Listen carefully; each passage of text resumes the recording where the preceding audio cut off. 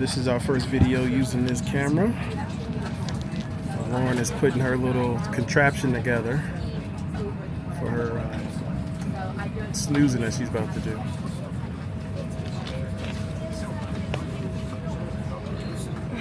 Happy birthday. Happy birthday. We are going to Italy. Dad gay. So yeah, talk to the people.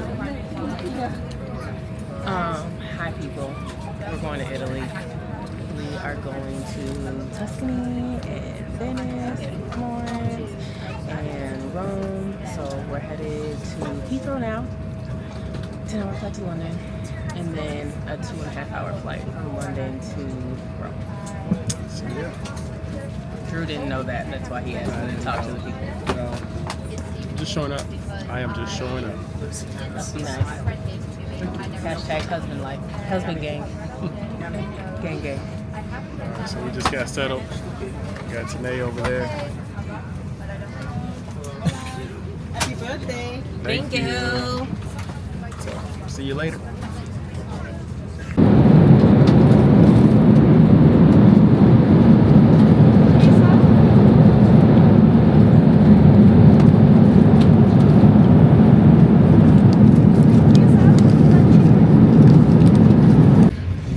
Made it to London.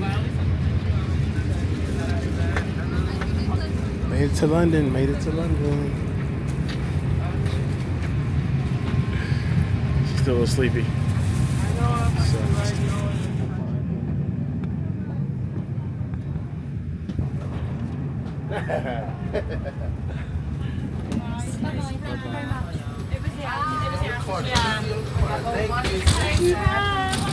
Excuse us. See ya. We're here. We're in London. It's good, man. I had extra row. Yeah, I seen the leg room. You was about. I went back there to the bathroom. I was like, okay, he's good. Yeah, I was good. I was so worried though at first because I didn't know what. You wouldn't have liked my. You wouldn't have liked my. I mean, I had leg room, but your feet would have been in the aisle. You'd have been getting bumped and kicked, and that little cart would have been tearing you up. I had to put up my movie screen just as a buffer so they wouldn't tear my knee up. I gotta wait for Lauren.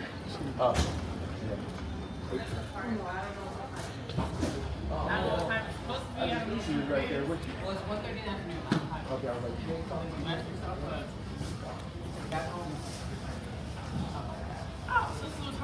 Yeah, you're up at the time you get up. You get up early.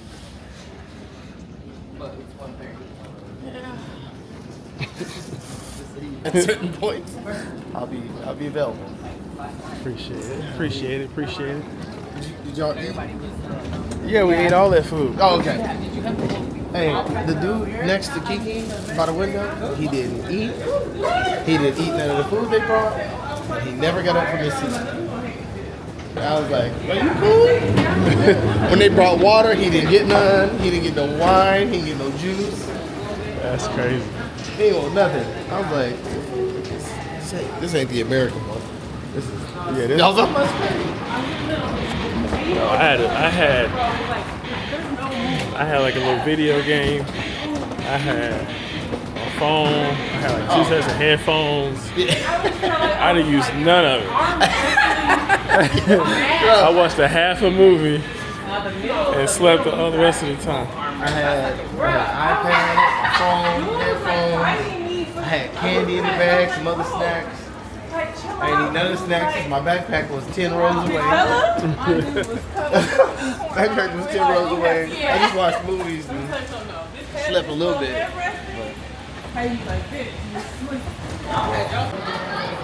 So yeah, we trying to find a bathroom. I gotta go pee. Oh, we gotta go pee. So we have to walk all the way back. And it don't say bathroom, it says toilet. Toilets. Toilets. Come on, be closer, bro. Toilets. Toilets.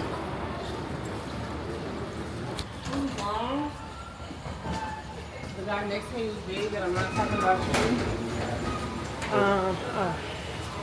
Hold it. Just hold it. Okay. It was long. The guy next to me was big, and I'm not talking about Drew. These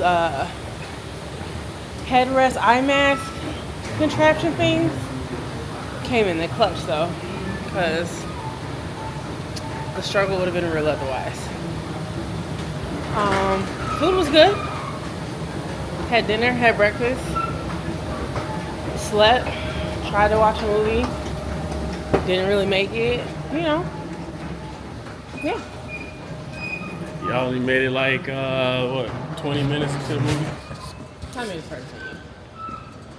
Oh, had my Garrett popcorn. That was what? Gotta get your Garrett popcorn. Shout out Garrett. So Garrett is now in Terminal 4. Garrett is now in Terminal 4, 8 gates.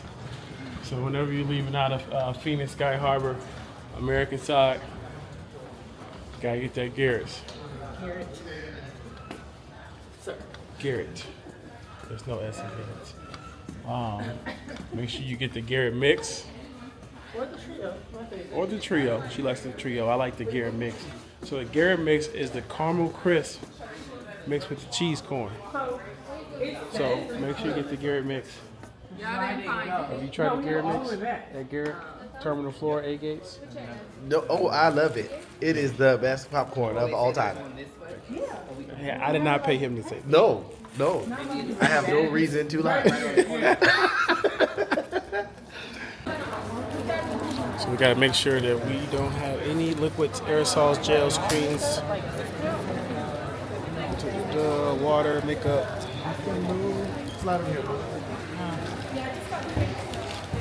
You good, Lauren? So my bag got confiscated. Well, not completely confiscated, but they had to check it. And I'm kind of sad about it because anyone that travels knows that your smaller bag sits on top of your roller bag, so you don't have to carry any bags. And now I am carrying a bag. Not to mention the fact that Kiki got a big old clear bag that is not the specifications in which you're supposed to be traveling with, and hers went through.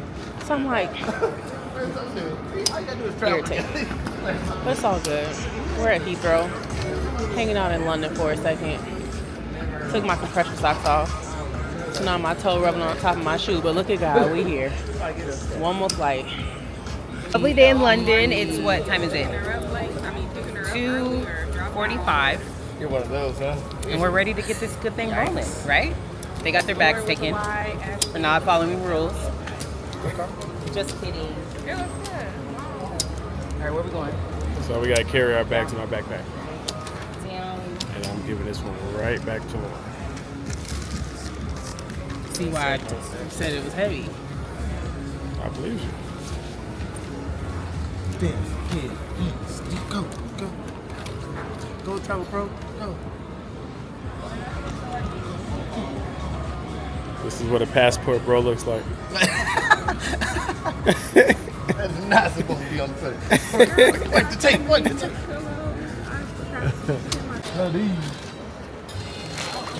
Hey guys! Oh, I met some friends. Where did you guys come into? Hey, Bo.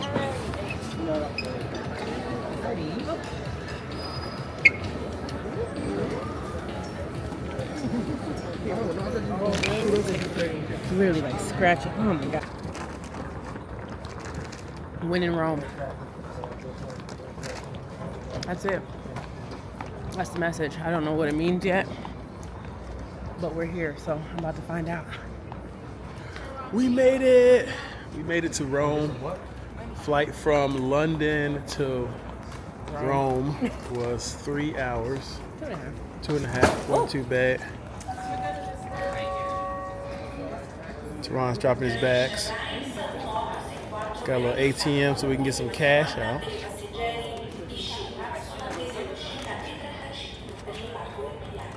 Really nice airport.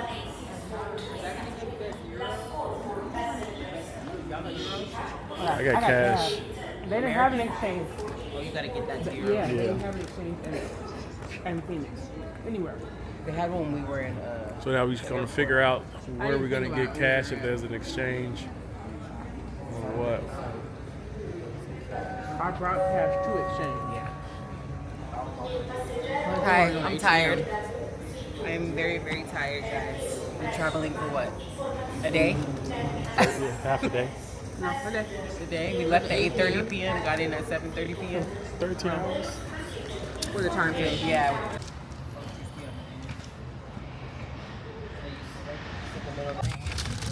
So I care if Mario. And I see stuff. It's right there. There's the door to it right there. The door's right there. You got mine or you want me to get it? Teron, you got mine? You got it? How many stairs we gotta go up? Oh, the door's right there. I've been saying that. Bro, I've been saying that like I couldn't see it. Where's the door? It's all the way flight. Oh. It's just. It's it's coming down. Is it really? It's not that far, y'all. It's right here. All right. At least we know.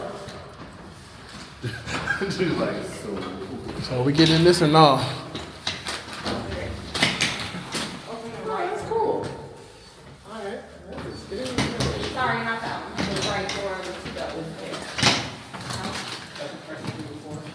That one, yeah. Yeah.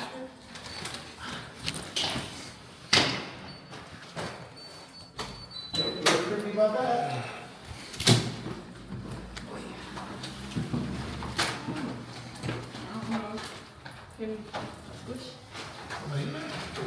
The sign is nice. What's up with these small ass doors?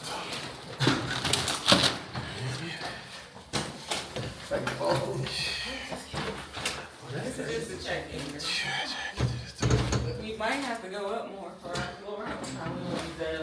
Oh, it's check in.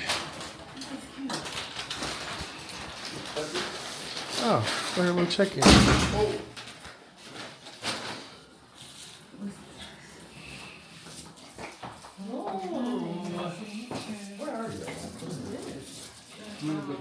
This is okay.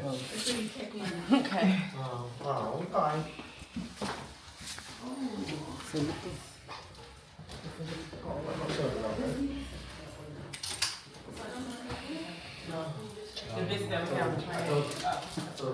I think that's what I'm most excited about. Is all these Italian scents.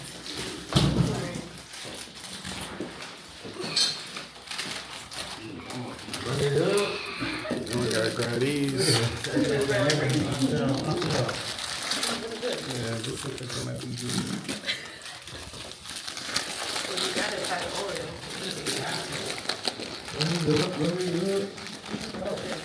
What flavor is that?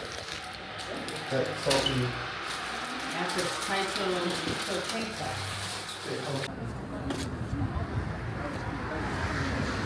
We're walking these Rome streets.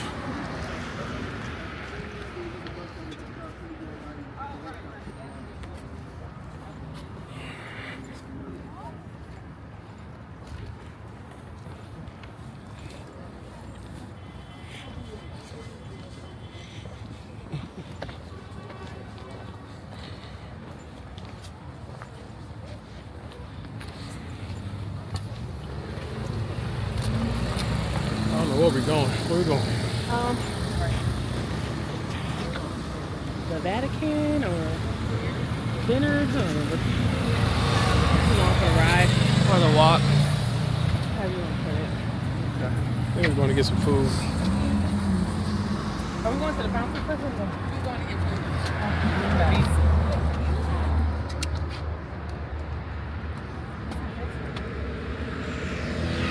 I just got cold and I realized I never did.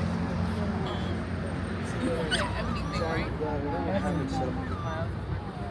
Are you going? Are you friends with Ebony? Yeah, no, I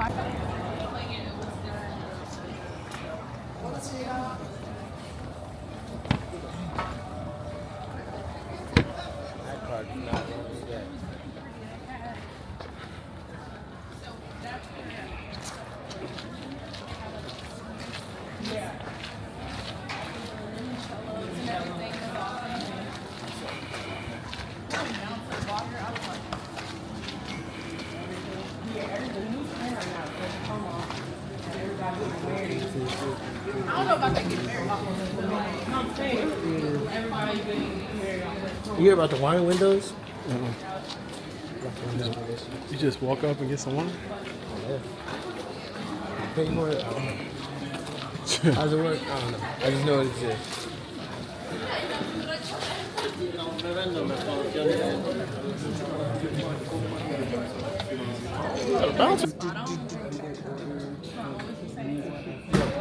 Yeah, I know.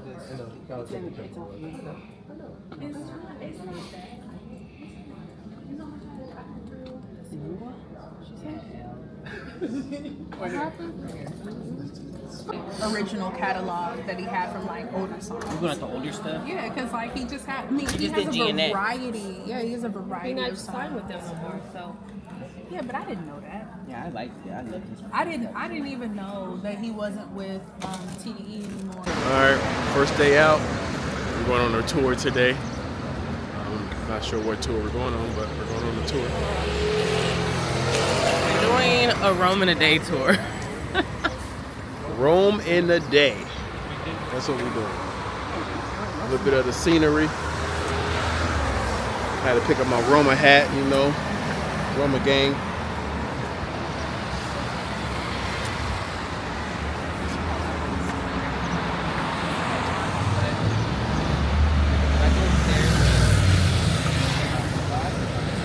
Waiting for everybody to get ready.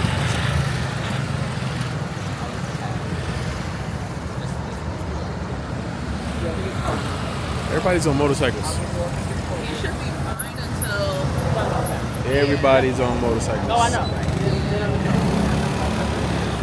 There's so much stuff in here. So many preferred. So like I'm just like chip chip.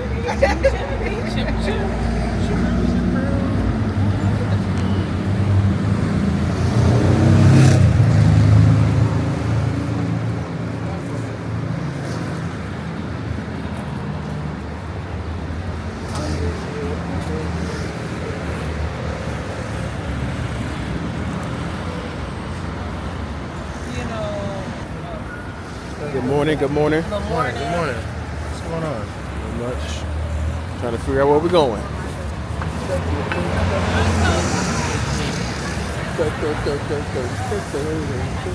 Tried to give me a scarf this morning, a Sherpa. You know what I'm saying? Oh, okay. Hello. Okay. Tried to get me a Sherpa this morning. Oh, Sherpa. But all I had was like one for the soccer team, and I was like, I ain't trying to do all that. I just wanted the black one. But then the only black one they had was like a fake Louis Vuitton one. Yeah. So I was like, nah. They rocking now. Somebody might take pictures of me. I ain't trying to tell them with the fake Louis. It's $10. Hey, I ain't seen a Louis Vuitton scarf be $10. So. Straight. And we're going the other way. All right. Looks like we are getting our steps in today.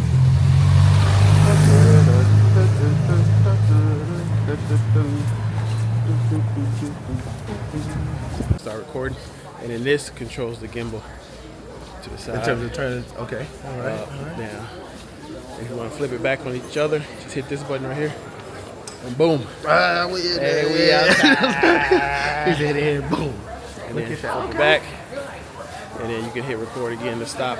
So does it like steady the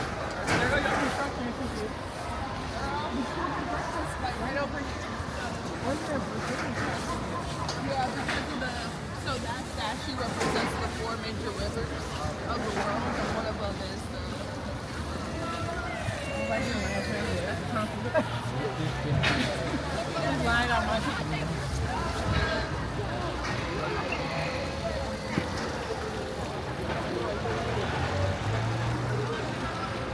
You did it. We made it. Yes.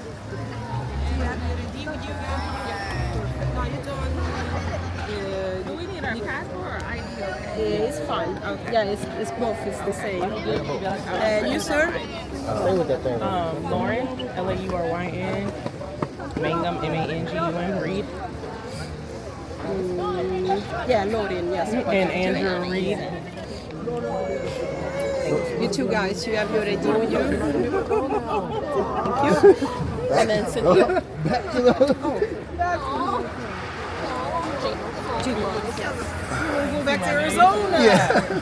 Sorry, I lied to you, Mark. Sorry, I like you, Mark. This thing will make its way off.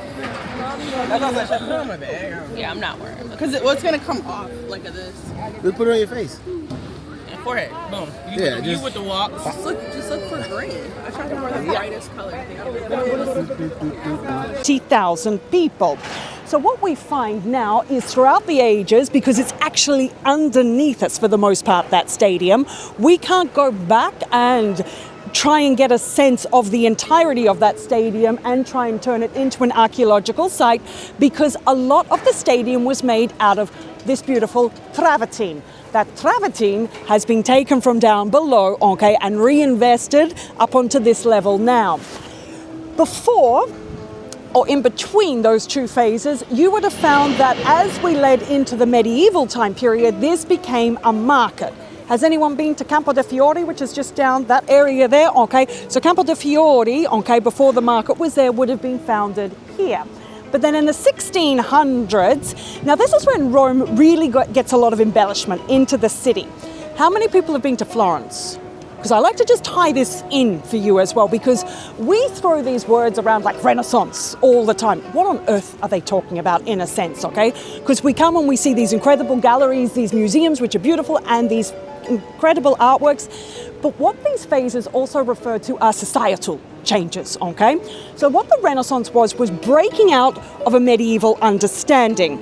The collapse of Rome. Rome was a civilization where you didn't have to be fixed in your position in society. Yes, of course, there were prejudices like we find in all society back in ancient Rome, but anyone could make or have their fortunes broken within a day.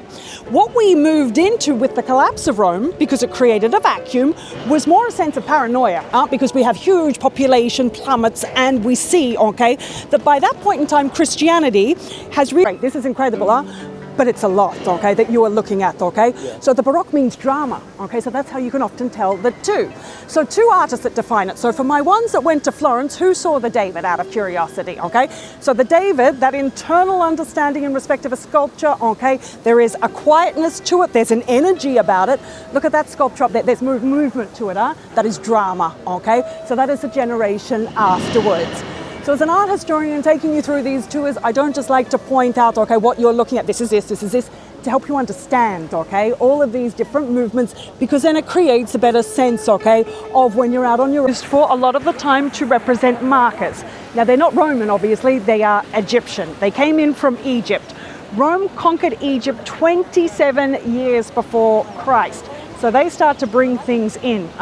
There's all sorts of materials that come in at that point in time and for the successive centuries while Rome is this dominant power. Then, close to 1,000, we've always had an semblance of a structure like this since Rome started to really grow. This is the Pantheon. So this is in respect of all the gods and goddesses. This was built by an emperor that came in the century after Nero. Because if I've got close to 1,000 gods and goddesses, I can't build a temple for each and every one of them, okay? We can't even count how many gods and goddesses they had. Even up to 5,000, we estimate. So this helped, okay, to create a space for where all the gods and goddesses would be reflected. Pan meaning all, theos in dedication to. I don't know, has anyone been into this structure? Solid material like these granite columns, and also you sometimes find the solid blocks of travertine. For the most part, what they would do is build in brick and concrete, okay, and then facade it. Why were they doing this? Well, I had a population of 1.35 million. Do you think most of the people were living in a good sort of situation? No, okay, we have no middle class, okay? A lot of the time people are just getting by. You were living in 6-story wooden structures, Do you think we have any fire breakers back in ancient Rome, okay? Buildings were that far from one another. Imagine the cramped conditions, the humidity, it would have been absolutely disgusting. So when we hear about sometimes in history these fires that blaze through a city for 6 days, we think, how on earth is that possible? Because the city was kindling, just catching and catching and catching and catching. So what the Romans started to do as a result, because travertine, that white material, it's a volcanic ash. So people think that can withstand a fire. No, turns into dust, okay? They build in brick and concrete because it's fire retardant. and then they just face things with the travertine. So this makes a better structure. So the Romans are smart. They're always calculating, okay, this is working, this is not working. That was one of their strengths, was their organization. And then, can you see how my ground level is down here?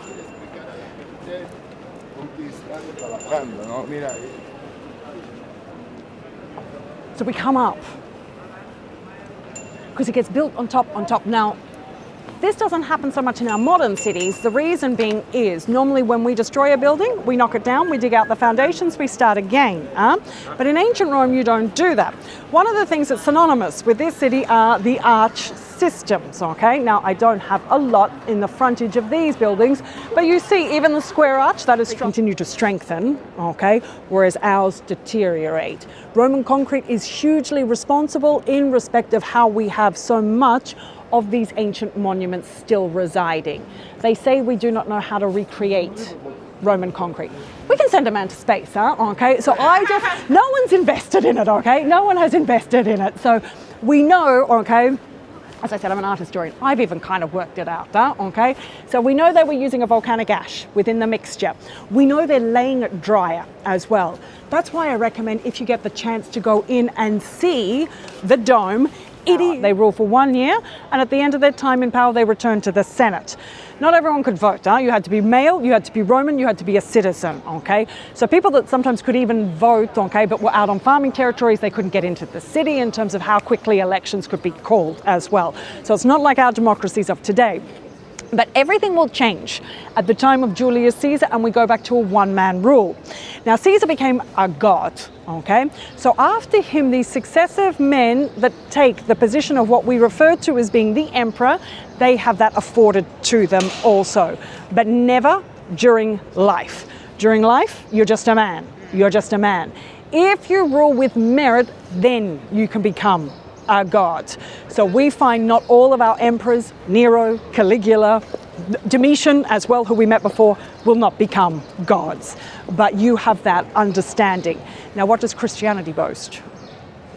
There's only one true God. Can you see how this small religion that might have just been offering the concept of kindness, however, upsets the entire makeup of our empire?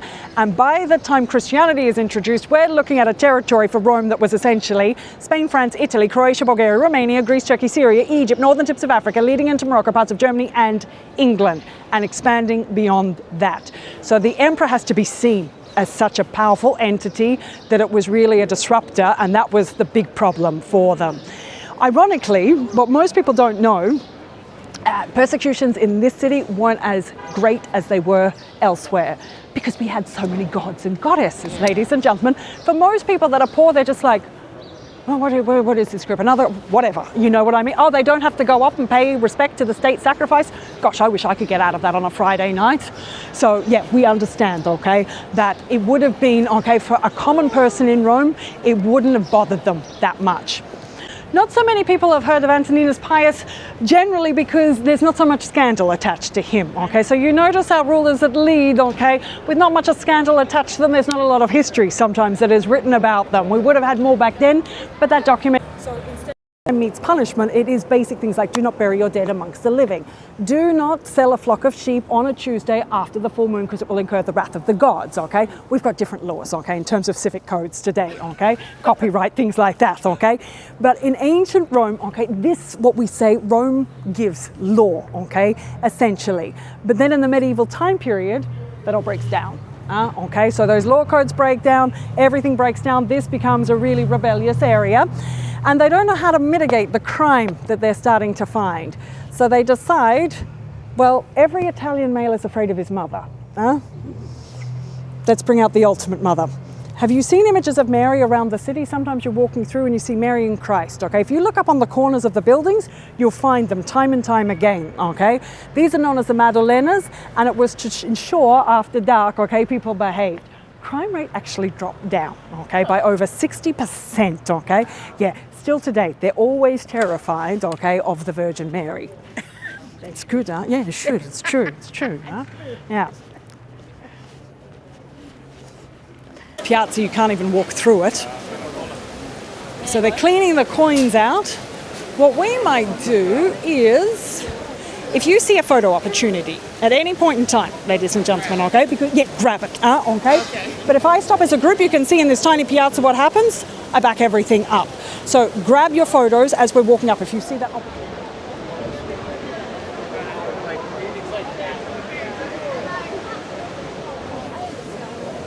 That's a good one. Yeah. That's a super cool. These are good stuff.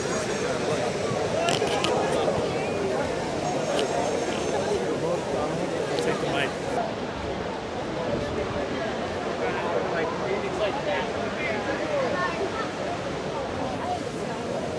That's a good one. Yeah. That's a super cool. These are good stuff.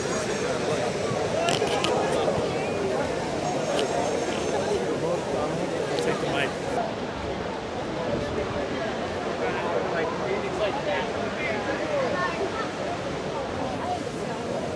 That's a good one. Yeah. That's a super cool. These are good stuff.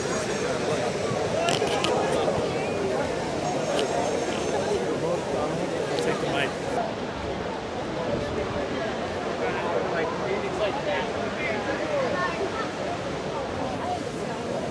That's a good one. Yeah. That's a super cool. These are good stuff.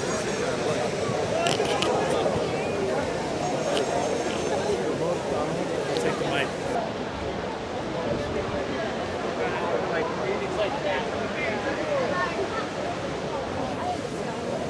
That's a good one.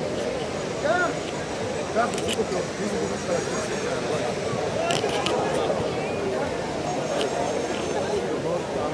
Take the mic.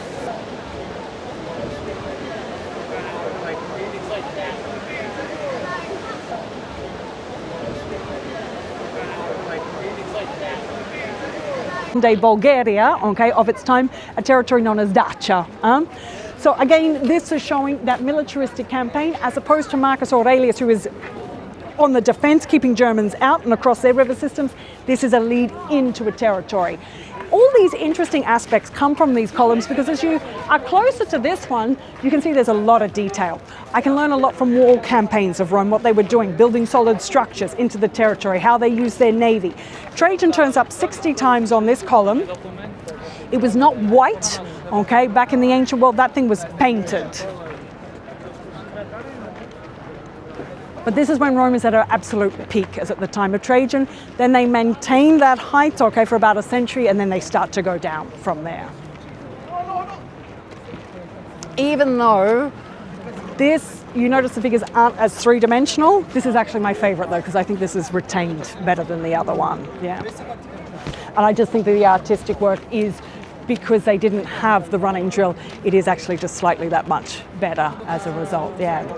But you can actually see, can you see down here on this bottom one, can you see my figure that's bigger? Okay, that man there, that's a river god, And so what they're doing, okay, they're all on their boats, they're actually building a bridge foundation into that territory. We know that because that bridge foundation still exists today. That's how well they built, okay, some of their structures into those territories of which they conquered. We'll come up through here. So the forum, for the most part, was on this side, okay? Now we have the road that separates the two sides of the forum, but back in the ancient world, this was all in together. Why you have the road today is because you can see at the top of the road, you have the Colosseum, okay? Just up through there, and it leads this road straight back to here. That is where Mussolini gave his famous speeches from. He wanted a direct line of power from his office window up to the Colosseum. So when the forum was first initiated, it's on the other side of the road. Then, as Rome's population explodes, we got to do something because there's not enough space. In fact, our buildings are not in the best aesthetic. Things are starting to really wear down. Julius Caesar was one of the first, okay, to create a big push in terms of a huge. This was a stadium that held a capacity roughly 60,000 people. So it is pretty much of our modern day concept, okay, in respect of numbers at a stadium. What you've got off to the side of you just here, because this is also an impressive structure, This is still part of the forum. So we're still in contact with the forum. This was a administrative building that is built in the 300s. So it is a massive area of where you would organize various different administrative function in respect of Rome and her empire. Imagine all of the necessities that Rome needed because she was controlling such a huge empire, and especially during that expansion period too, having to organize supplies coming in from different territories.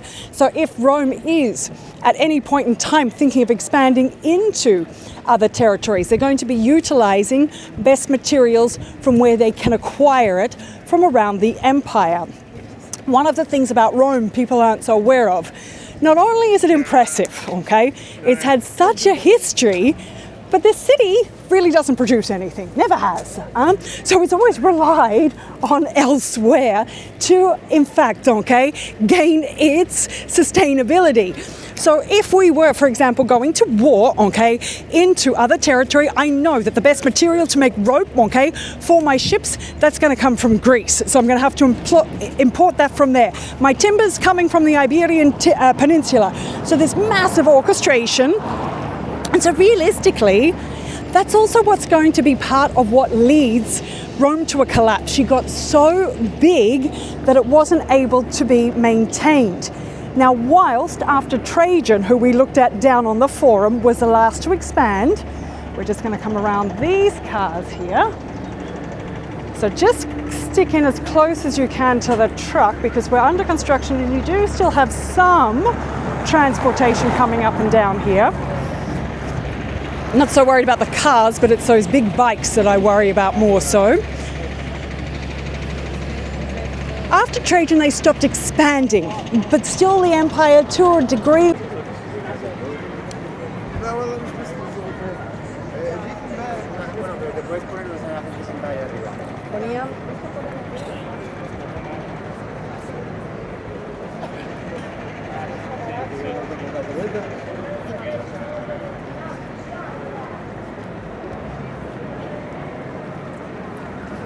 Make sure I've got you all just here. I'm going to bring you all in as my group, just because we're on a group ticket to come in. This is where they're going to ask for ID, okay, as well.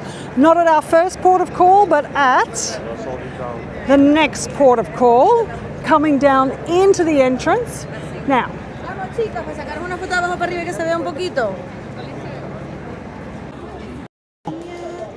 Bene, bene. Grazie.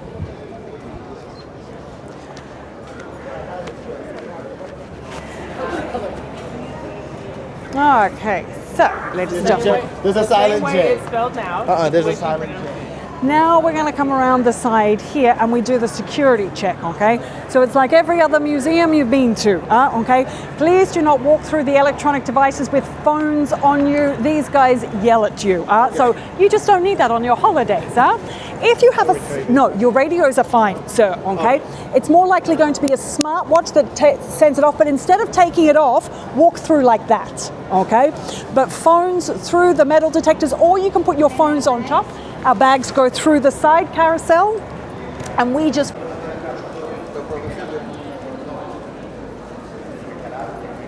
So, we were outside and we got a look in respect, okay, of all these gates, okay? So we saw the numbers. So in total, you have 80 arches that run around on the ground level. 80, exactly, So 80 on the second level, 80 on the third. The fourth level is the only level devoid of the arch. 76 have a number of that total 80. It's just 4. This one, and the 2 at the top ends as well do not, okay? So 4 were reserved and they're on the axes. Why this one wouldn't have had a number is because your senators come through on this side. When you came through, you had a ticket. As a senator, you don't need a ticket. So they would have been delivered through and they would have been on the first level of seating. The emperor would have been on the opposite side. So we'll see that side when we exit out. You can see here, there's more opulent decoration. So what is left behind in these fragments, and you can see that it's even coming into the barrel vaults. So we can see that there would have been a lot more decoration in respect, okay, of what would have been for the senators when they came to their seat. And we know through pigment investigation There. Would have looked like that. So you would have had more stair systems, corridor systems as well to block people coming, okay, into areas of which they had no authorization. Everything was organized in respective class. So we would have found that it would have been the senators, okay, then you would have had aristocrats filling in around them furthermore. Then you've got general populations, and at the very, very top, women and slaves. Yeah, so ladies, you can thank the first emperor of Rome, Augustus. Not my favorite, I have to say. Augustus, before this was even built, okay, had decided on a law that women should not be at the most focal point of some sporting events. Why? Because he was afraid that if we were too close, okay, to those particular sports like gladiatorial combat, then potentially we were at risk, because if the sweat of a gladiator came in our direction, we'd be overcome by lust from the pheromones. Yep. Yeah. I know, it happens all the time. Happens all the time.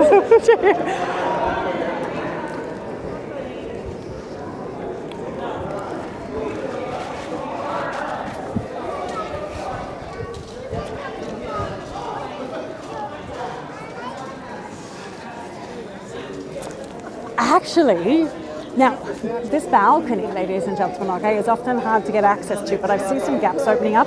It's always difficult for me to take you as a group, okay, because you can see I'd block it up. If you want to get some photos, do so. We're going to go upstairs as well and look down, okay, onto the arena floor and what is the underground, but sometimes people just like the two perspectives. So if you want to jump in, get some photos, then we'll come back and we'll look at some of more of the information and then make our way around the system.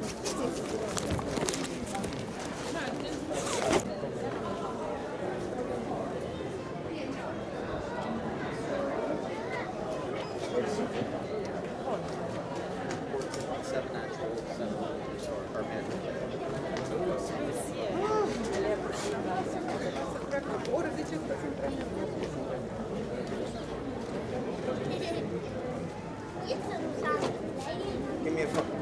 Huh? Give me your phone.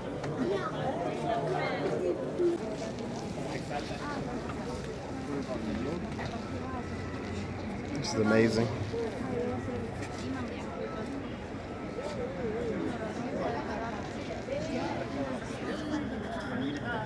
Yeah, I'm confused.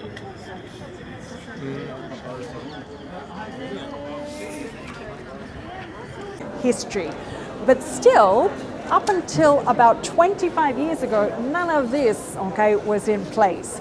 So So a lot of my friends that went to school, so typically speaking in any given city, you know, kids getting to around 15, 16, 17, they have a place in their city where they all go hang out after school or of an evening. Guess where Roman kids used to hang out?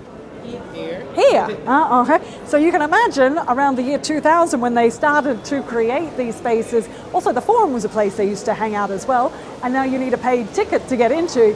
Yeah, they're not happy. They weren't thrilled about it. Yeah.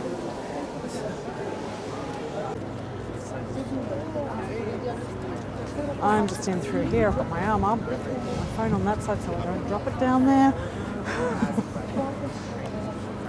And lose our Vatican tickets. It's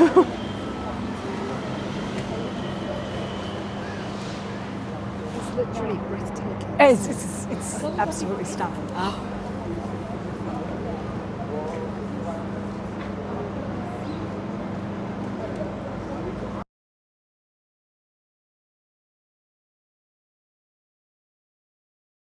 What did Denzel say? Yeah.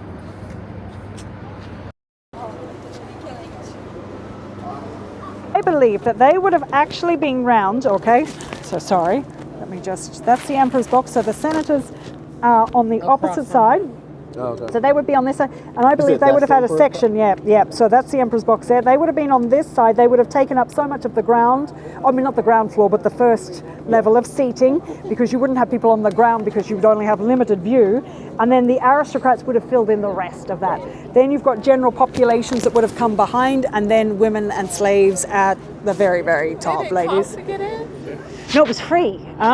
So it was free to get in, and we also know, okay, that on those A-grade events, a portion of lunch could be included. So that is why we understand the hunt was most likely in the morning, huh? Barbecue. Yeah, it goes on the... Exactly. So in terms of the seats filled in around the emperor, Yeah. that was just anyone could sit? No, that would be senators around Oh, that so- area. Yeah, okay. probably I would say you've got more of your senatorial or your aristocratic class. Can you see that they're more distributed, those populations here, than what's up above? Yeah, they're not crowded in. So that would be your senate and your aristocrats because they didn't sit straight on to the actual travertine slabs. They sat in folding chairs that went on top. Okay, so they had a more comfortable seat.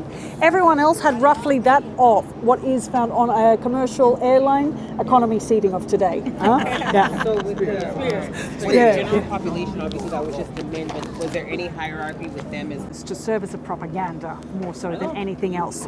Then in the afternoon, gladiatorial combat. That also shows power and strength. So we're going to move just a little bit further up.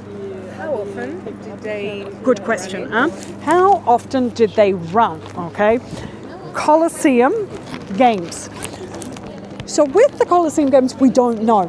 We estimate probably between 60 to 70 times on a given year. Okay. But we don't know because Once a week, roughly? No, because it was in the summer months. Okay. So for the most part, it was in the summer months. Games and entertainment when necessary back would have looked like, okay? Because this could have been something that you might have owned back in the ancient world. You could own gladiators. So we know that there were 14 different styles. And if you own a gladiator, you were making money off of them? Yeah, that's what that, you know how betting happens today? You know how matches can be fixed today, all of that? That started back in ancient Roman times, okay? That's nothing new in society, huh? The Romans had that. You would have bet big money on some of these guys as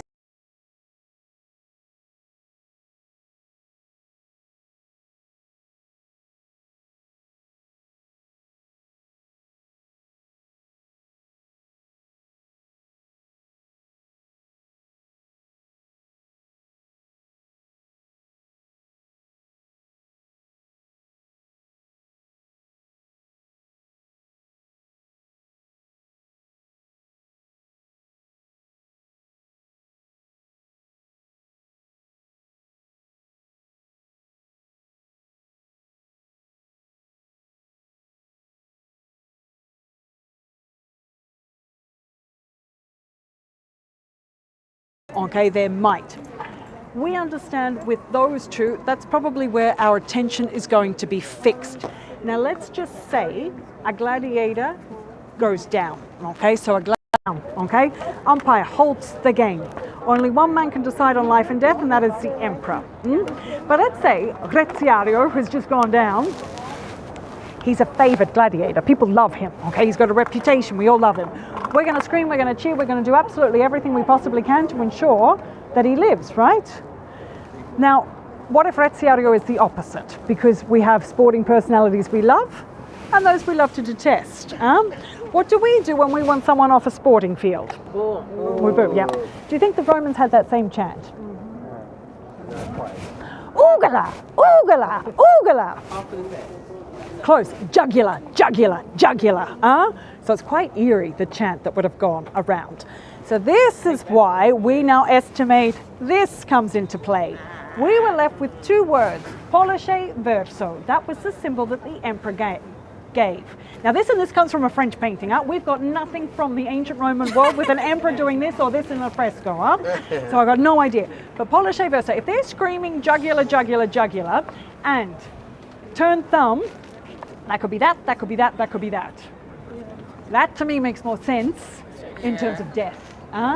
Life, weapons down on the ground. Or sheath your sword. So this here, this comes from modernity. This is more of the 19th or 18th, 19th, 20th century. This we don't think would have existed in the ancient world. We always have to think about time and place. Our literacy levels are low in ancient Rome. Symbols have to have more of a logical understanding and framework to them. And so this is why we're always looking, where are we at? What does our society look like? How many are literate? What's going on? What is the education system like? So these are the things that we always have to take into account. But yeah, I would say that was that. That one. So we're back in the Ludo Magnus. You would have had illegal betting taking place, legal betting taking place. Oh yeah, all of that. I would understand that probably 75% of these matches were already fixed before they came out. Okay, so I would definitely stipulate that that went on a lot of the time. They don't fight as much as what we think, probably 2-3 times a year. Okay, so it's not as continuous. Just because we might have 70 games doesn't mean a gladiator is going to perform at all of those. Yeah. You can see an arch, okay, so it's hard to see when we're down on the ground or get it into your photographs, but here you've got the Arch of Constantine if you wanted to take a photo of the Arch of Constantine, because that will be the emperor who finally allows for Christian tolerance. So just off of this balcony you can see the Arch of Constantine, because after Nero it took 250 years before Christianity was recognized, and that will be the emperor who allows for Christian tolerance. We understand that in the year 13, Constantine for that tolerance. So in between, after Nero had given Christianity its non-legal understanding, he lives through that. Michelangelo was always devout in respect of Christianity, okay, and Catholicism. But Michelangelo is also open-minded, because he had a great fascination for philosophy, especially coming from the philosopher Plato. With Michelangelo, he has this phenomenal brain. If you think about it, so a number of you have seen the David, right? Okay. If you haven't, put it on your bucket list. No one before Michelangelo or after Michelangelo has created a statue to that degree on their own. Okay, 5.2 meters. It is absolutely incredible. If you see statues around the world that are taller, teams of people worked on that. This is half a football field worth of artwork. That's how much it works out to be, okay? So it is an incredible amount of space that he manages to cover with the Sistine Chapel. So that took him 4 years to create as well. Now, if you look down at number 1, God separating light from dark. Then number 2, separation of the planets from the sun. Where am I going with this story? Creation. It's intuitive, right? Okay. One of the things that I want from an artist, okay, because today it's different. There is more decorative feature that is understood in artwork. Remember how I said it is a media, it is a language? This is one of the greatest stories in pictorial form ever created, because you know automatically where you're going. God separating, okay, the planets from the sun. God separating earth from sea. Then the most famous panel, okay, the creation of Adam. Number 5, God creating Eve. 6, temptation, the fall. Then you move into the human realm, the Jews exchanging money in the temples. Number 8, the flood. And then finally, the drunkenness of Noah. Now, if you go all the way back down to number 1, ladies and gentlemen, God creating the separation of light from dark.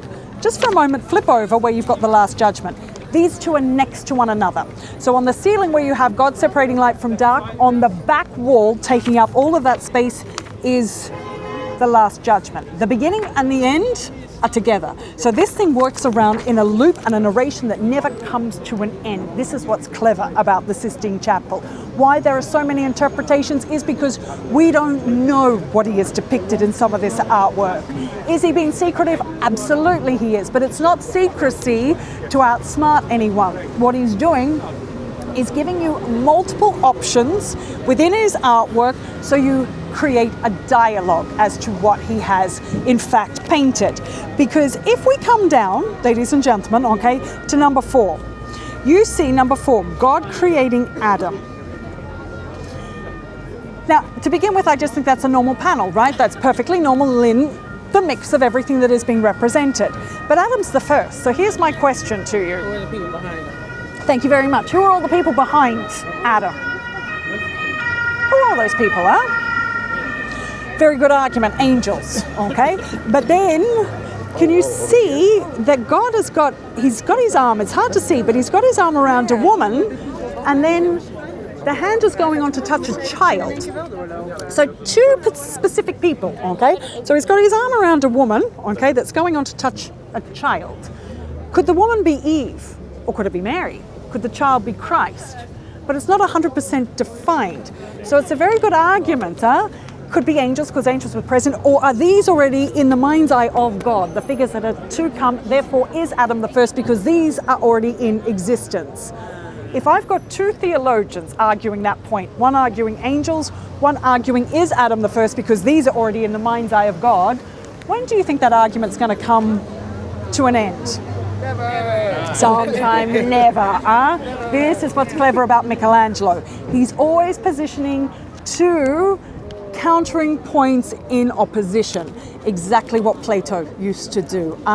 This opens up, okay, the narrative so you get more engrossed into the story. It's very clever what he does. Now, if you went to see the David, who thought what was being depicted in that statue was the moment before David kills Goliath? Who thought it was the moment after he kills Goliath?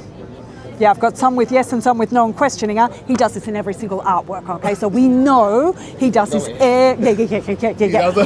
When you get to understand Michelangelo, you're just like, now you're just showing off. I mean, honestly, we often put Leonardo as the highest of the Renaissance minds. You actually have to put the two of them together because this visit, what we will get to see of Michelangelo, really helps to give an understanding how much of a phenomenal brain he had. Also, he was reconciling really interesting concepts of his time. Go up to number 6 and you can see temptation, the fall. Who's always blamed for taking from the tree of knowledge? Is that what is being depicted there? Is that just one arm going up into that tree, or are there two arms up in that tree branch? There are two arms up in that tree branch. So it's not just Eve's arm, okay? Adam's arm is up there as well. Now, he's not pulling this out of thin air. Michelangelo was across all understandings of philosophy. Also, theology in respect of Jewish tradition was filtering in from earlier original sources. And one of those documents stated, and the children took from the tree of knowledge. So in the I can see you all. Just got my arm up here and we're going to navigate into the museums. So those walls started to be constructed in the 1400s. As I mentioned, they're a specific wall as well. You notice how they have the slope on them, okay? That was to mitigate the force of iron cannons. The John de Marenya, okay? So you actually see a different police walking through this area. It has its own security, it has its own post office, it has, the Pope is the political figurehead here as well, not just the spiritual. In this country, okay, he is the political authority, not just the spiritual authority. But in terms of spirituality, it is all throughout the Catholic realms. So it has its own railway station. It does rely on Italy for water and electricity management, okay? So imagine how well that went down when the electricity companies swapped over. Yeah, there's still a bit of an argument going on about that. And we understand, okay, that this is separate from Italy. That dome there is for St. Peter's, which is part of that Vatican territory, but that is St. Peter's. That is the tallest point within the city limit. You cannot build over the height of that dome. That is the tallest limit. That is, okay? Yeah, it is specifically orientated 150 meters from the top of that cross down in the ground. You have the bones of Peter. So from down here, it doesn't look as though that can't be the tallest point. You get up on one of those hills, okay, of the city, you notice that that soars up, okay? So Rome will never have high rises because unless we have a pope that comes into power and allows that something, but it's symbolic of the city as well. Peter, the first apostle, whoosh, straight down 150 meters in the ground, his bones. So everything had to be orientated in respect of the construction of the church around the bones of Peter. Not easy. Any idea who's responsible for that dome? Because we had a church prior to this one at the age of Constantine that was built. And the original St. Peter stood for 1,200 years. This is our new remodeled church from the 1500s. That thing took 120 years to build. 20 popes, 12 architects. Any idea who is responsible for the dome? It's him. Michelangelo. Yeah. It's your man, huh? So Michelangelo is responsible for that. In fact, he was head architect for the entire project for about 20 years. A lot of the architecture of the church, okay, this is why I say, okay, no disrespect to Leonardo, but Michelangelo, when we look at the arts, Leonardo is an inventor who painted, a genius, don't get me wrong, but an inventor who painted. In terms of the issue, you'll notice goes down the side walls, One side represents the life of Christ, the other the life of Moses. So Michelangelo, when he came to the project, and he didn't want to work on this, as I mentioned, he was actually here and commissioned by the Pope to create a giant funerary monument. So he was here for a statue, okay, 40 of them, but the Pope, halfway through, Michelangelo selecting marbles, getting to start on work on this massive funerary monument that would have been the largest funerary monument the world has ever seen. I do not think if it had been sold in real money, it was sold in cryptocurrency. Okay, I don't think if it was sold in actual currency, it would have generated that amount, yeah. If you wanted to take a photo, do so, but you can see how these rooms are tiny at the moment and they block up. I'm going to start heading out onto the open figure. Can anyone guess what had to be restored on my river god? The foot. The foot? Bravo, that's one. Two other things. The hand on this side, absolutely. And there's one more thing. So we've got the foot and the hand. That's just a crack. That's just a crack. No, good guess. The head. The head. Okay? Now why I can tell you the head is because nothing in the ancient world has that amount of detail. Then you notice the head, it's a slightly different color. But nothing in the ancient world has that amount of detail. When you look at that thing, do you get the sense of the furrows in the brow, all of the muscles, the eyes? That thing looks like it's about to start to turn around and look directly at you. Do you get the sense of movement about it? What about any of these others? Do they have that? Oh, no. Okay. Anyone want to guess who is responsible for restoring the head? Michelangelo, huh? Yeah, I told you he gets to a point of just being annoying, huh? Do you have to be that talented? So this is what he has the talent for. He brings stone to life. He has this internal quality that is able to create, okay, like there is a spirit running through these things and that they have that capacity to move in a sense. Now, I was talking at me with a restoration, but it's really interesting when you do, and you get a sense of how they were created as well. I know. As I told you, yeah, you've got a lot of antiquity that when you come into these rooms. So what you've got in... Is that the crack he saw? Not quite. This needs a restoration. And yeah, I noticed that crack's actually slightly getting bigger and bigger every single year at the moment. But anyway, I'm sure they'll work that out in 2026. Now, with this room here, this